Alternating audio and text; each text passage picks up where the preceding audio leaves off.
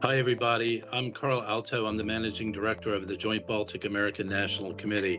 It's so good to have you all here with us tonight for this special Baltic Spotlight event. I've already lost count of how many Baltic Spotlights we've had. I think it's the eighth one, maybe it's the ninth. Maybe my colleagues will correct me. But first, on behalf of JBANC, the Joint Baltic American National Committee, we're have been doing these since last year. JBANC is the Washington arm of the American Latvian Association, the Estonian American National Committee, and the Lithuanian American Council. And we work with Baltic Americans and Baltic American organizations to promote the interests of our communities in the U.S. Tonight is a very special night because a very good friend and dear and good friend of mine, Marcus Kolga, is here as our guest. Those of you in Canada, I know you know him, and I think many of us here in the United States know him as well. I've known Marcus for a long time. I was trying to count, but I lost track of it. 15 years or so, and cooperated on a lot of good things together, and looking forward to continuing, because as you will hear, there is a lot of work to be done and a lot of things to be aware of. So we really couldn't have a better guest than Marcus.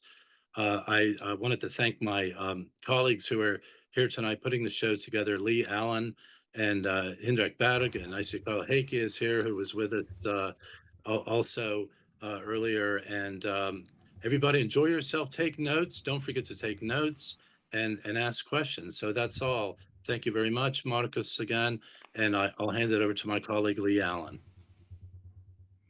Thank you very much, Carl. So thank you everyone for joining. As my colleague Carl mentioned, we're the Joint Baltic American National Committee. Today's Baltic Spotlight is Chaos from the Kremlin, Disinformation as a Challenge to Western Democracies. We're very fortunate to be joined by Marcus Kolga, who's the founder and director of Disinfo Watch, an organization dedicated to monitor and analyze foreign disinformation in Canada. He's also a senior fellow at the Macdonald Laurier Institute, and he's a leading analyst on foreign disinformation. We would be amiss to not mention his work also as a human rights activist, leading the civil society campaign on the Magnitsky human rights sanctions legislation in Canada. And our discussion today will be largely focused on the disinformation war being waged by Russia and the challenges it brings for Western countries. So, Marcus, thank you very much for joining us today. Thank you, Lee. Thank you, Hindrek. And of course, thank you, Carl, for inviting me here today, and for all the work that JBANC continues to do, your leadership. It's quite frankly, Carl, you mentioned that we go back 15 years, probably even a little bit longer. I'd say even closer to 20. It's getting close to 20. You've been a mentor to me, a dear friend, and you've quite frankly inspired so much of the work that I've been involved in over the past 10 to 15 years. You're probably, because of that inspiration, you're probably slightly responsible for the fact that I'm on both the Russian and Chinese sanctions list. So thanks, Carl, for inspiring me to do all this work. And I just want to tell you how much I think all Canadians, certainly all Estonians, appreciate all the work that you're doing down there in Washington. I tell everyone up here when we're talking about JBANC that when the Kremlin refers to that sinister Baltic lobby, it's JBANC, it's Carl, it's the work that you're doing. So you're having real impact. And again, thanks for all your inspiration over the years and the work that you're doing. I would add that we're in good company when we have someone on two sanctions lists. So we'll certainly look forward to getting the conversation started on that basis. So I guess we should start at a certain point. For those who are not as familiar with this topic, Marcus, could you describe maybe perhaps first the paradigm in which you begin with in terms of defining disinformation?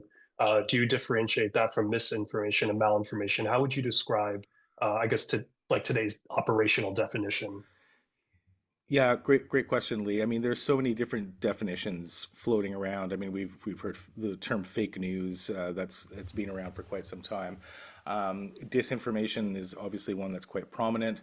The difference between disinformation and misinformation is it's really the core of it is intent. So disinformation is information that is produced, spread, amplified with the intent to mislead the targets. And that could be, you know, large, broad Western nations. It could be individual micro target or specific targets.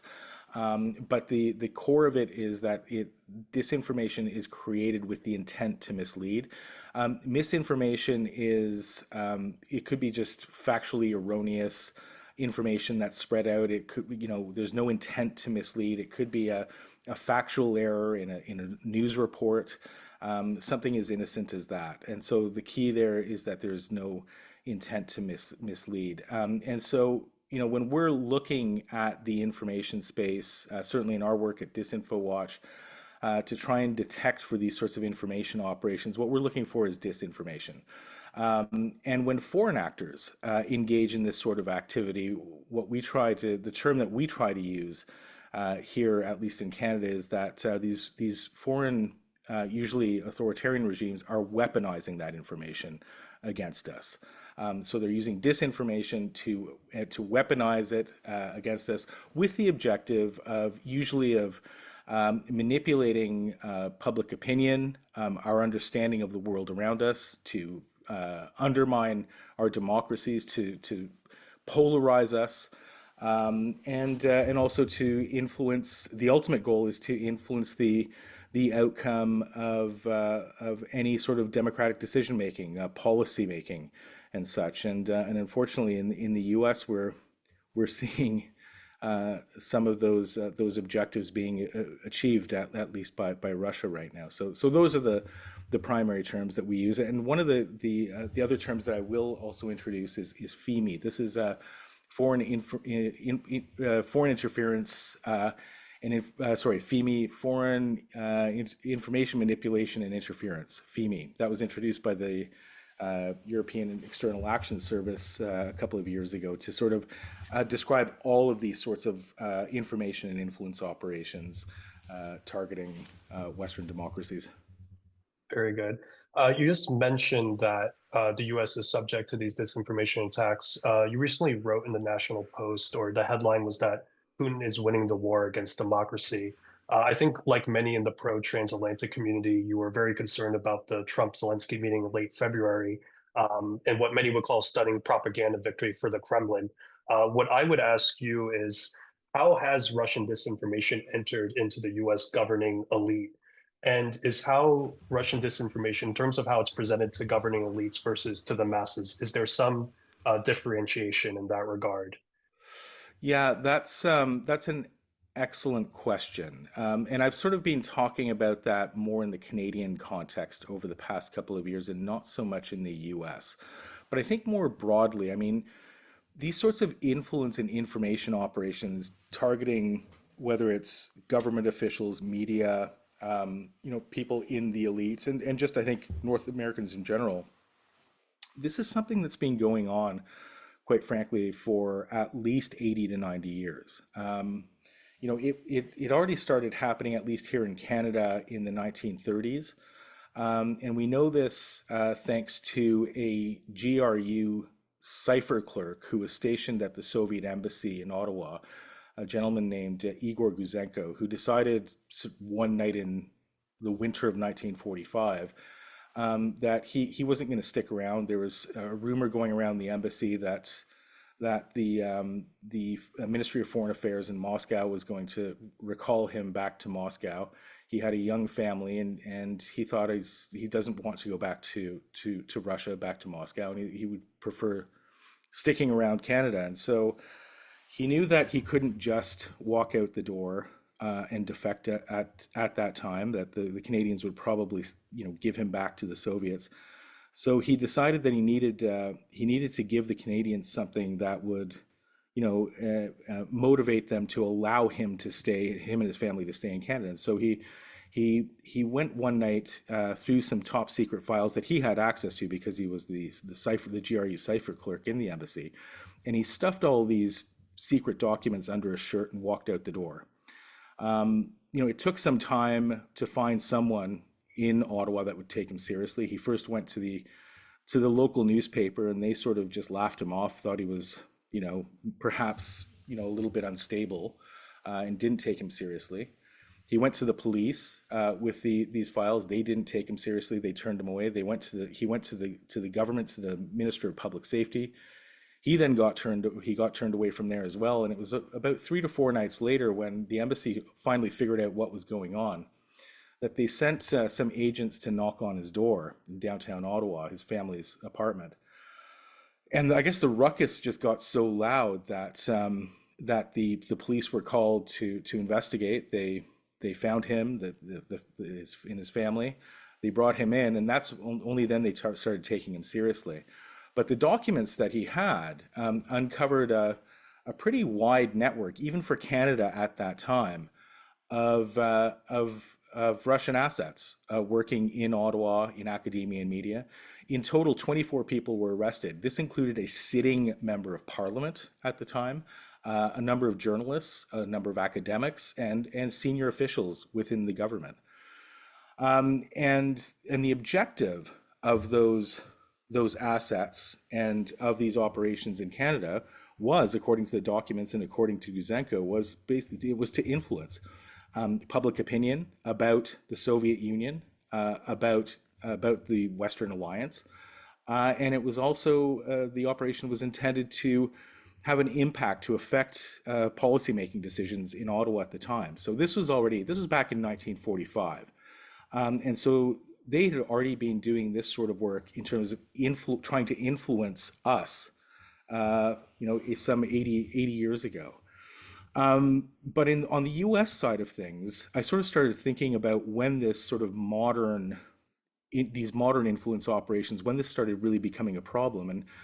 And I sort of went back to around 2011, 2012. There's a congressman out of California, Carl will know him because we actually visited this man's office, Dana Rohrabacher. Dana was a well-known sort of ex-Cold Warrior, worked with the Reagan administration. I remember, I think it was around 2007 when we visited with Dana Rohrabacher. He claimed that he was responsible for writing the Tear Down This Wall speech, the Reagan's Tear Down This Wall speech.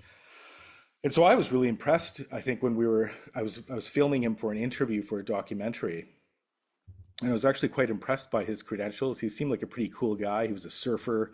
He had surfboards up on his walls and had pictures of him with the Mujahideen. He had traveled clandestinely to Afghanistan to fight with them for a while. So like he seemed to have that credibility. But then in 2012, when Bill Browder embarked on the Magnitsky campaign in Washington, this same guy who had seemed like a staunch anti-Soviet fighter, a pro-democracy warrior, he started in 2012 repeating a lot of the Kremlin lies and propaganda, trying to first disparage Sergei Magnitsky, the lawyer who uncovered this $230 million tax fraud that was perpetrated by Kremlin, by the Kremlin's tax agents, and trying to push back against the Magnitsky legislation. And I remember back then, Carl and I would talk about this, and we couldn't figure out what the heck was going on.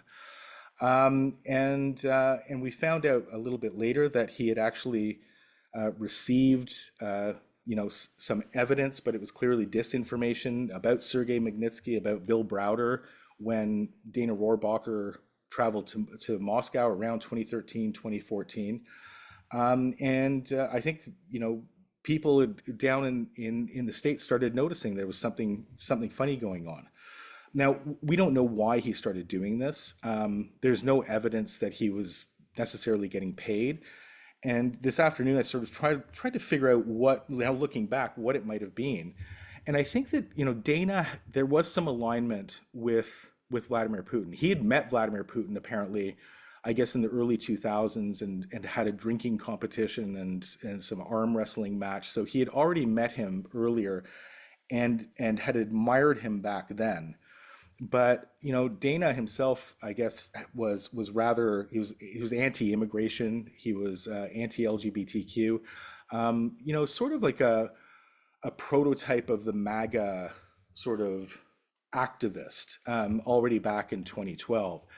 And so I think with that there was ideological alignment that played into it as well at the time.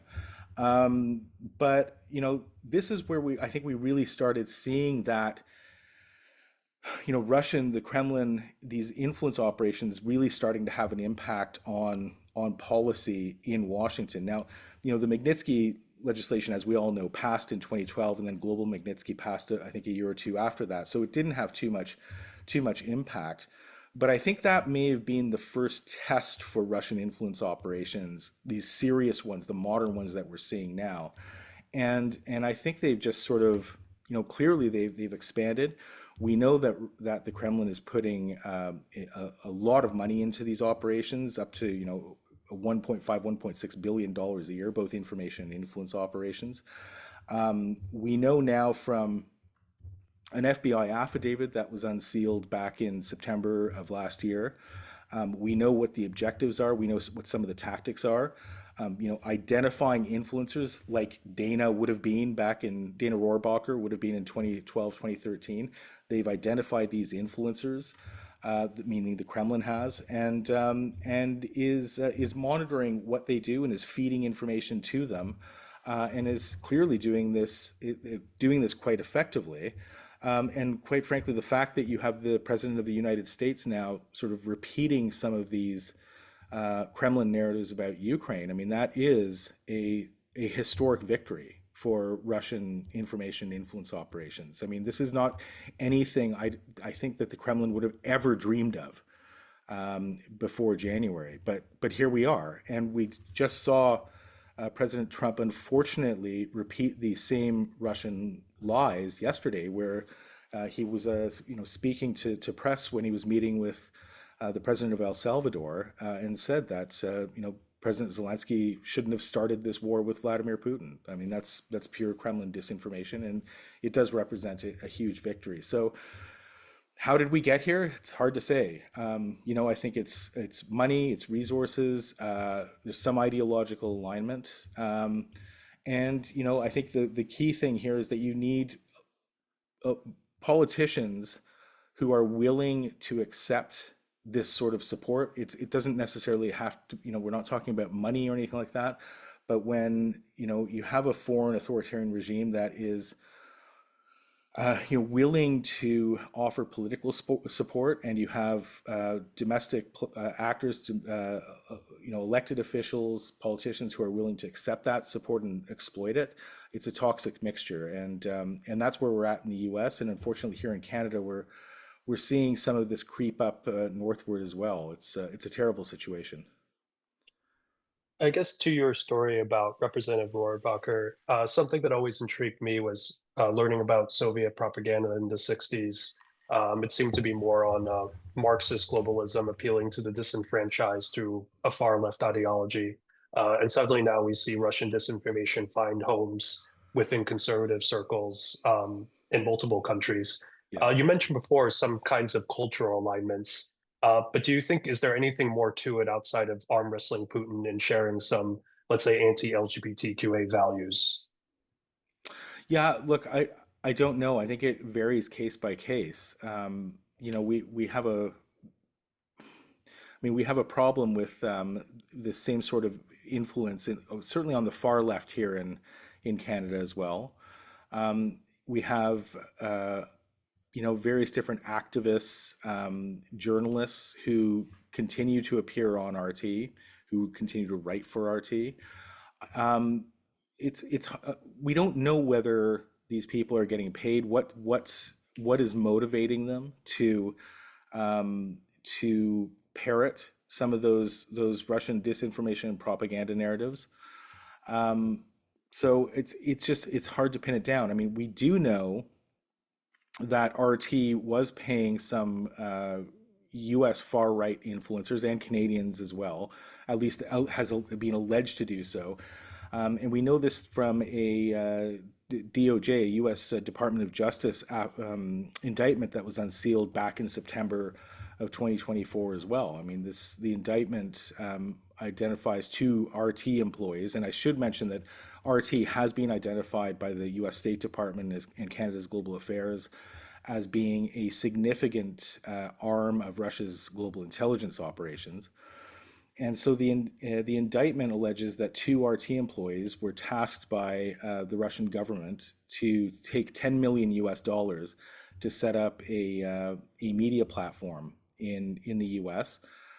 Quite remarkably for us Canadians, we found out that it was two Canadians who were alleged to have been the leaders of this effort, based out of Montreal. And so they took the $10 million apparently, found a handful of very well-known far-right U.S. influencers. One of them, Tim Pool. I'm not sure if anyone here has watched his content, but it's rather toxic. He's also threatened Canada and its sovereignty on his program. There was also a Canadian influencer who was included in that group. And so these influencers were brought in because they had significant audiences. Clearly, I think the Russian government had identified them, and as had the two Canadians who were leading this project. And they were all each offered around $100,000 per podcast episode. That's an hour or two's worth of work. It's a pretty significant sum of money for that sort of work. And we know that that RT, the two individuals who were indicted by the Department of Justice, were also tasked and allowed to basically direct the development of content on those platforms. And we know that they injected pro-Kremlin narratives in there. We know that they injected Russian disinformation narratives into that content. And most of it, at least we know from the Canadian side, was anti-government, anti-Trudeau. Much of the content was complaining about how Canada had fallen into the grips of the woke left, that it was being controlled by some groups of transgender organizations and such, that Canada's society or economy was falling apart, and I think the same goes for the U.S. And so that speaks to the objectives that the Kremlin has, and one of the primary objectives is the polarization of our society, the breakdown of cohesion within it, and the breakdown of trust in our society. And that's exactly what the role that these influencers played. So, when you have influencers who are either paid or are aligned ideologically with the Kremlin, they're pushing this stuff out to millions of Americans. And you have, some of the most influential Americans retweeting this stuff, amplifying it. Elon Musk, he has, I think, something like, 100 million followers on Twitter, for example.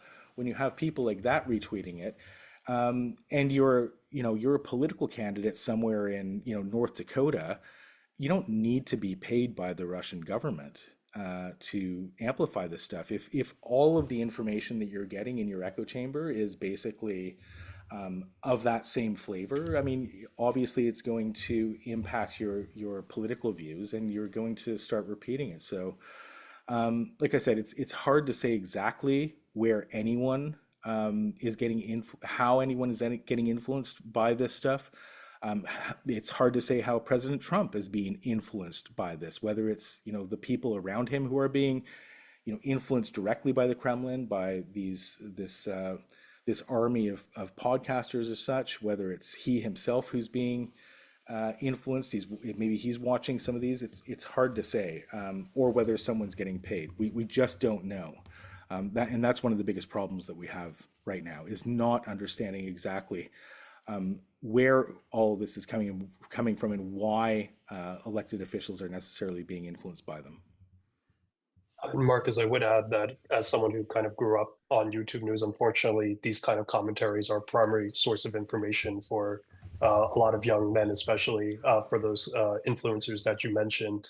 Not to add on to the bleakness of our conversation, but today the State Department announced that the Office for Countering Foreign Disinformation was shut down. Yeah, so right. 40 employees were placed on leave. The administration argues that this was a move towards free speech. However, I assume you would have critiques of this as dismantling the federal government's ability to analyze election interference. How are you interpreting this move, and what are the ramifications for the US's ability to identify disinformation? And maybe is the Trump administration even interested in identifying any disinformation efforts going on in the US? No, I don't think that the Trump administration is, because they've benefited from these sorts of operations. They benefit from the polarization that's happening in the U.S. So no, they don't have any sort of interest in this. So this move, quite frankly, isn't surprising. We saw that all of the Global Engagement Center, which was also tasked with this work in the State Department, that was dismantled already. You know, and then we're seeing social media companies. I mean, most of these, Twitter removed its moderation team already, you know, 2 years ago.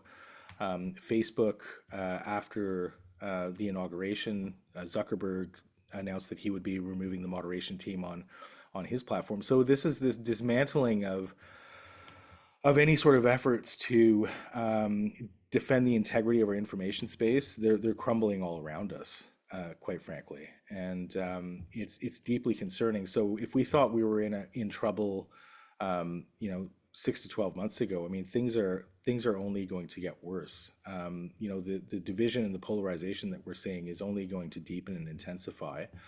You know, with like you said, with the problem of these sort of the bubbles that are being created. I mean, you have so many Americans, Canadians, and I think others in the Western world who are just sort of stuck in their own information bubbles. You know, watching, consuming news on platforms like YouTube, Rumble, I would argue, it's a far right video sharing platform, and they're consuming information from people who could not care less about the people, the viewers that are watching, their situations. They could not care less about whether they are right or wrong. There are no policies in place. There's no infrastructure in place to ensure that they are delivering factual information. Unlike mainstream media, where there is infrastructure in place, there are policies in place that all, you know, newspapers, television news broadcasters, radio stations, and such. These YouTubers, these social media influencers have. There's nothing that is preventing them from continuing to push out lies and disinformation, and this is a huge problem. And without the government regulating it, without these social media platforms regulating the content that's being produced, like I said, things are only going to get worse. We were talking a bit before about sort of the left-right paradigms and how disinformation has seeped into, you know, both these spaces in different countries. Is the disinformation being tailored for certain political circles? For instance, we mentioned different social classes before, different political leanings, or even between countries in terms of what messaging is given. Yeah, absolutely. I mean, and this is going back to the FBI affidavit that I mentioned earlier. I mean, we know from minutes of meetings that were held between the Russian presidential administration and 3 different Russian strategic communications companies that this is exactly what is happening. These are meetings that were held, minutes from meetings that were held about 3 or 4 years ago. And the instructions were to these companies to monitor our information spaces, to monitor for the most potentially polarizing issues, the most sensitive issues in the U.S. and in Canadian society, in various different European societies, and where they identified issues that might potentially be polarizing, those companies were instructed to exploit them, either through disinformation. If they were instructed to use deep fakes to exacerbate divisions, and these are issues on both the left and the right of any given issue. And so we know that micro-targeting like that of specific issues has been happening for a number of years already, and Russia has been extremely effective at doing this, and again exploiting an army of influencers throughout the Western world to help them launder Russia's own fingerprints, the regime's fingerprints from this disinformation. So using this army of influencers, identifying these polarizing issues, they're having a significant impact on our information spaces and our understanding of again the world around us. And this was one question that's always plagued me, is it feels like a lot of populist narratives get interwoven with Kremlin propaganda narratives. And I guess my one question is, how do we counter disinformation in terms of not being so pro-government, because pro-government narrative, a pro-NATO narrative may be uncool in some of these circles, but how can there still be like a truth to power while not being, subjected to Russian disinformation, let's say, or repeating a foreign government's talking points while still holding our own officials accountable? Yeah, look, I mean, it all comes down to strategic communications, really. It comes down to telling our stories, advancing, you know, the positive aspects of defending democratic values. That's what it comes down to, and that's something that we haven't really done very effectively. I know here in Canada, look, I have two sons who are just finishing university now, and throughout their I think their time in high school, certainly in elementary school, there wasn't a lot of information. There wasn't they weren't taught civics. They weren't taught about our democracy, how government works. And so, I think we need to get back to the basics. We need to, especially if we're hoping to inoculate future generations against disinformation, this sort of extreme polarization and such. We need to teach our younger people, our youth about government, about democracy, why it's important, history, getting back to that. Because without that understanding, I mean, we're just completely open to manipulation. I'll just add that anyone is welcome to ask a question in the chat. I will have one or two more questions for Marcus, but you're free to raise a virtual hand, and we'll certainly like to address some audience Q&A. You just mentioned gaps in education. How do you see disinfowatch.org as being a solution? Like, what are steps that your organization takes to address some of the issues that we discussed today? Well, what we do is we monitor the Canadian information space. We also monitor Russian state media, Chinese state media, Iranian state media for emerging narratives, and we try to expose them and basically give some context to why those governments might be trying to inject these narratives into our information space, what the objectives might be, who might be trying to deliver some of these narratives, and as part of that process of injecting them into our information environment. And we take that information that we try to connect with newsroom managers in Canada, with elected officials, anyone with influence, and just to let them know of what we're seeing, to give them an understanding of where we were forecasting where some of these narratives might be moving and what sort of issues they might target next, so that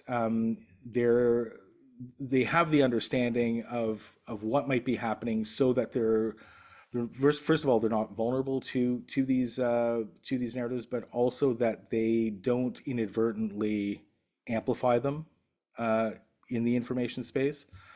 And so far, I mean, I think we've been quite effective at doing it. We've been doing this work for about 3 years.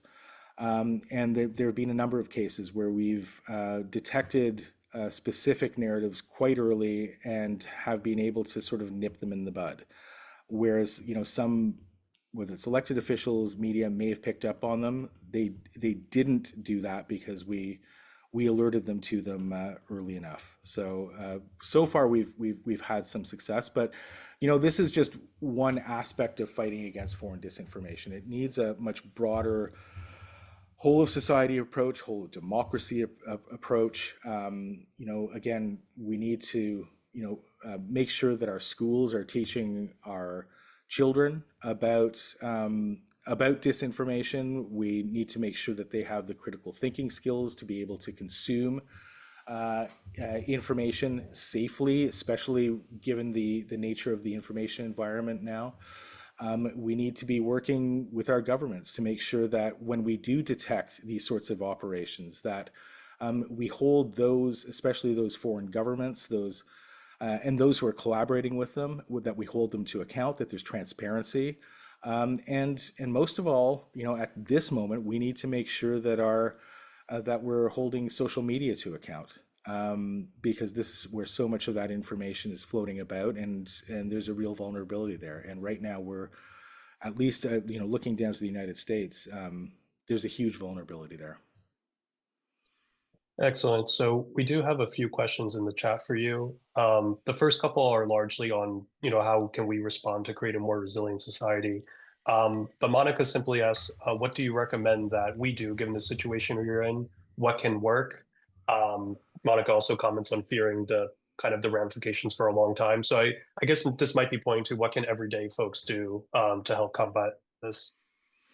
Well, what can each of us do? I think that we need to be, personally, we need to be aware of the kind of information that we're consuming. Obviously, I think this is a pretty sophisticated bunch, so I don't have to tell you that you want to make sure that you know which sources you're getting your information from, and certainly don't share any information from sources that you don't recognize. That's the key. But I think going beyond that, I think that anyone on this call who again does understand, or has a pretty good understanding of disinformation, what it looks like, what the impacts might be on our society, on our government.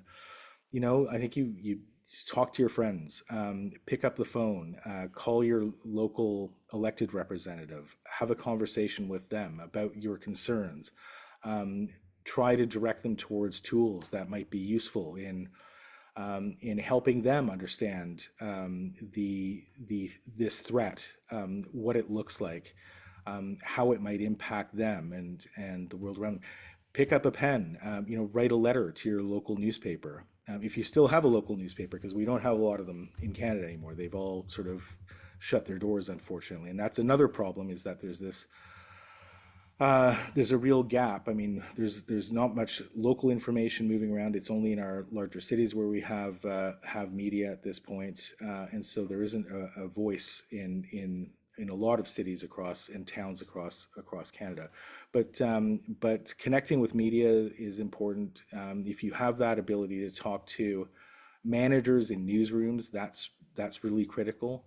And if you can, advocate as much as you can for holding these social media companies to account. You're in a real pickle there in the U.S. You don't have a government that's really interested in hearing about any of this, and I feel terrible for you. But there will come a day when I hope that the government will wake up. There will be midterm elections and such. So hopefully Congress will wake up and will take up this cause again. So again, talking to local officials, letting them know about this. This is one way that I think everyone here can get involved in, and advocating for a whole of society approach to tackling this problem, and also letting your friends, your neighbors know about the truth, especially when we're talking about the Baltics and the manipulation of Russia's efforts to try and manipulate our history. To, for instance, deny the occupation of the Baltic states, to deny the repression, the deportations. They've been doing this for a very long time. They continue to do it, and at least in Canada, things have gotten so bad. There's a clear effort to incite hate towards Ukrainians and Balts from the Russian embassy. So pushing back on that is really, really important. And this is great work that JBANC has been doing a lot of that work for for quite some time and has been very effective at it. But that's another very key component about how we can push back together. Excellent. QM had a question on, and I think you might have addressed it in that in your answer just now, about what is the message itself that can create this long sustained action. And maybe I'll couple that question also with Denny's question on, have you tried to work with influencers to flag disinformation narratives? Have I tried to work with influencers?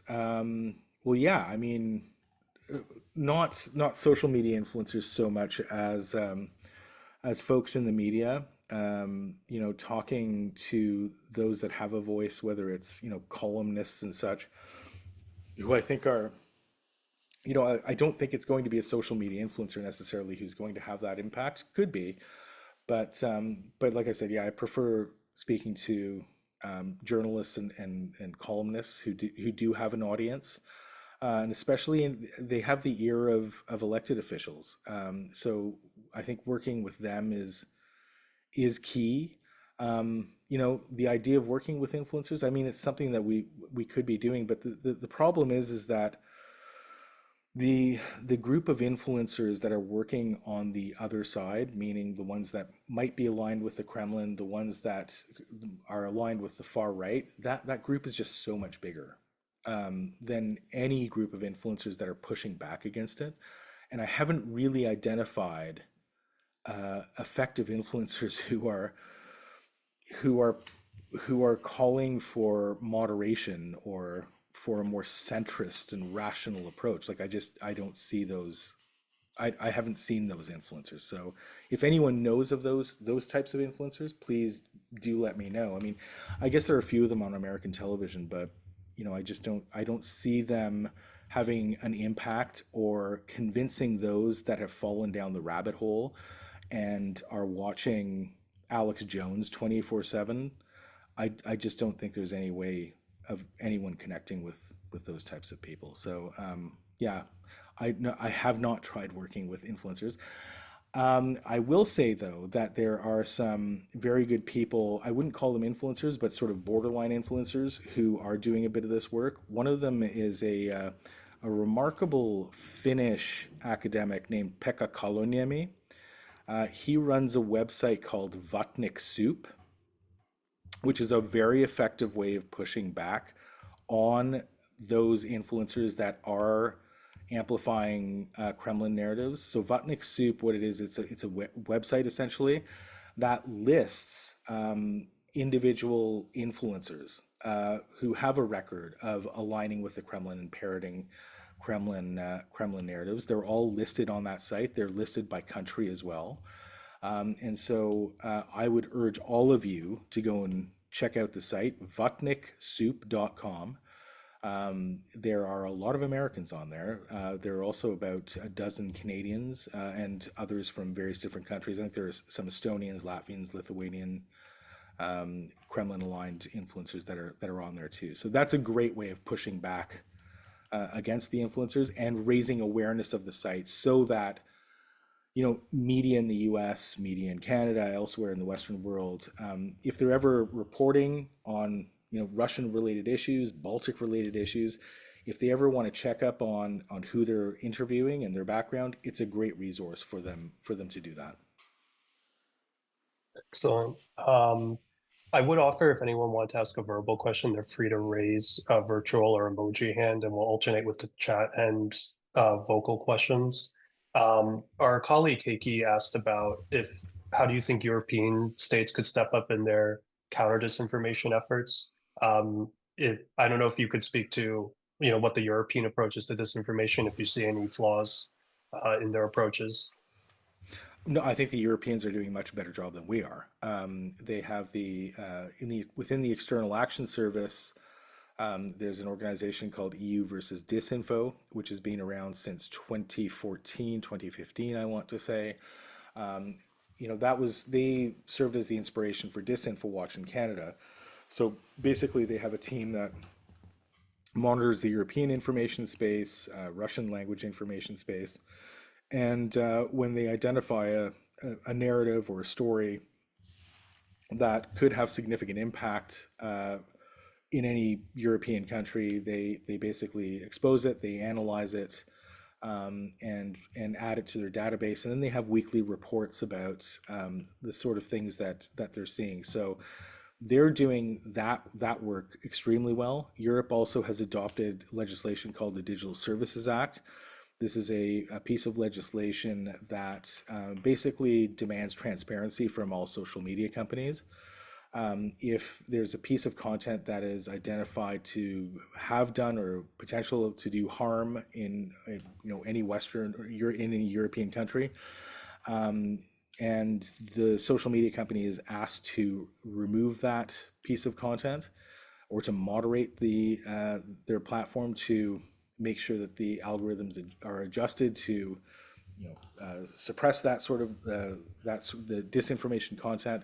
There are potentials for fines for those companies, and we know that there is actually going to be a significant fine levied on Twitter of about $1 billion for having failed to comply with the Digital Services Act. So the consequences for not complying are pretty significant, and we'll see what happens with this Twitter fine. But I suspect that we're already seeing companies like Facebook fall in line. I suspect Twitter will be forced to fall in line, and so that's something that we in North America should be looking to. I know in the U.S. they've never passed this sort of legislation, at least with the current government, but it's something that Canada is definitely should be looking at when the next government is formed in early next month. And there are various different countries who are doing this work very well. Finland is doing a great job of educating its youth. In their school curriculum, all from kindergarten all the way up to high school, every single course that's taught to these Finnish students has an element of critical thinking, or at least inspiring some sort of critical thinking for these students, an element of educating them about disinformation. So, for instance, a statistics course may have an element to it that talks about how somebody might manipulate statistics to influence, various different populations. You will have in their history courses, they'll have an element of how history is manipulated to advance the interests of a foreign government. So Finland is doing this very well, and they often rank as one of the most resilient nations in Europe against foreign disinformation. And then you have the Swedes, who have just recently, I think about a year and a half ago, or a bit more than that, set up a psychological defense unit within their government to raise awareness of these sorts of operations, not just disinformation, but cyber attacks, psychological warfare. And I think about a year ago, they actually published a pamphlet to prepare Swedes for these sorts of operations called "In Case of Conflict" or "In Case of War," which was sent out to every single Swedish household. And so there's a bit of news about that when it came out, that it was a bit jarring, I think, for Swedes to see this, but this is something that, I think we all need to be doing. We need to be realistic about these threats, and we need to, if we want to build resilience, we need to, take a realistic approach to it and make sure that our societies have an understanding of what the threats are, and so that they're able to identify them. And so, I mean, those are just a few cases. The Balts, of course, are doing a terrific job of tackling Russian disinformation, have been doing so for a very long time because of our collective experience with it. So we've just got, I think, a built-in resilience towards it, and sort of these built-in defense mechanisms. So certainly, I think, if Western governments want to learn something about it, they could look to Estonia, Latvia, and Lithuania, because, like I said, we've just got so much experience with them. And speaking of Baltics, maybe this will be our closing question as we're approaching the end of the hour. Laylo asked, are there some specific new disinformation narratives against the Baltics, more specifically, that we should look out for, or are there emerging narratives that you find particularly dangerous? Well, yeah, I mean, there are a number of them. My my real concern, I mean, these are narratives that have been out there for quite some time, especially the anti-NATO ones. But I'm really concerned because I'm even seeing these narratives moving around in Canada right now. There are a few out there suggesting that instead of putting our resources towards NATO, instead of Canada leading the current EFP in Latvia, that we should pull out of there, work with the US to create Fortress North America, for example. And this is certainly a narrative that would align with Russia's geopolitical objectives, but it's gaining traction here in Canada, and it's not just amongst the fringe far right or the illiberal far left. I mean, it's people in pretty credible think tanks that are already talking about this. So it's it may not even be disinformation, but it certainly aligns with Russia, and it's a space that we should be monitoring very closely because Russia will become quite active in pushing those sorts of narratives. And in Canada, I think you'll all be surprised by this one. We have actually a growing separatist movement in Alberta, which is one of our western provinces.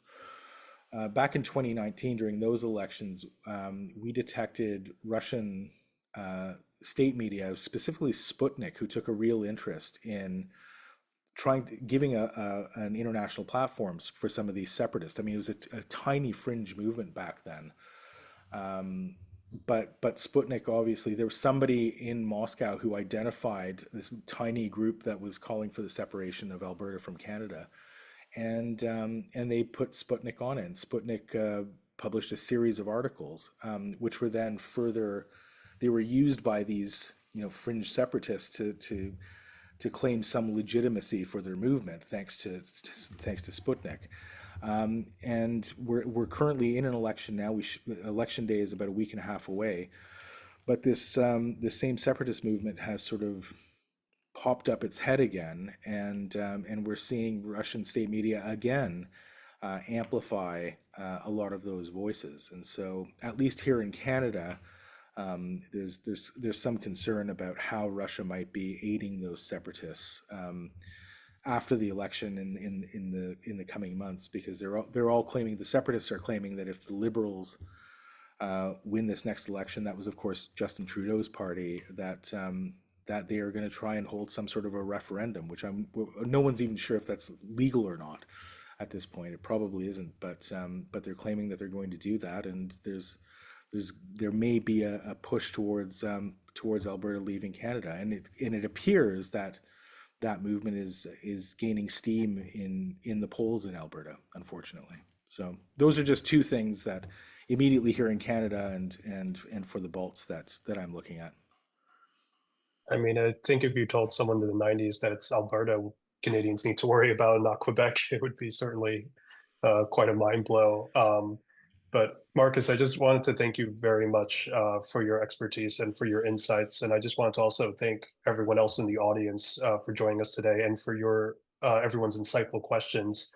I did see some questions concerning, I guess, what might be some call to actions or things to do going forward. Our colleague Zintars did put a word in about the call to action unit. That is the most recent link for political advocacy in the chat currently. And as our colleague says, he sends out customized text focused on Baltic security. So it's a good way to stay in touch with the political actions of Baltic Americans. I would also like to flag that the Joint Baltic American National Committee will be hosting our virtual advocacy days from May 12th to 16th. That is something we will email you guys about either tomorrow or Friday. So that is something you can register for, where you can speak for 20 to 30 minutes with your congressional office, so your House office or your Senate office, about things that concern Baltic Americans, like the U.S.-Baltic relationship, security spending. And if you found some of these topics that Marcus talked about to be important to you as well, we can certainly include those in your meetings as well. So with that being said, we'll all stay in touch. And Marcus, thank you again so much for joining us today. Thanks for inviting me, and keep up the great work. Thanks for all that you're doing. Thank you for listening to Baltic Spotlight. To stay up to date on upcoming spotlights as well as advocacy opportunities, follow us on Instagram at JBANC Baltics, Twitter at JBANC Chatter or email jbank@jbank.org.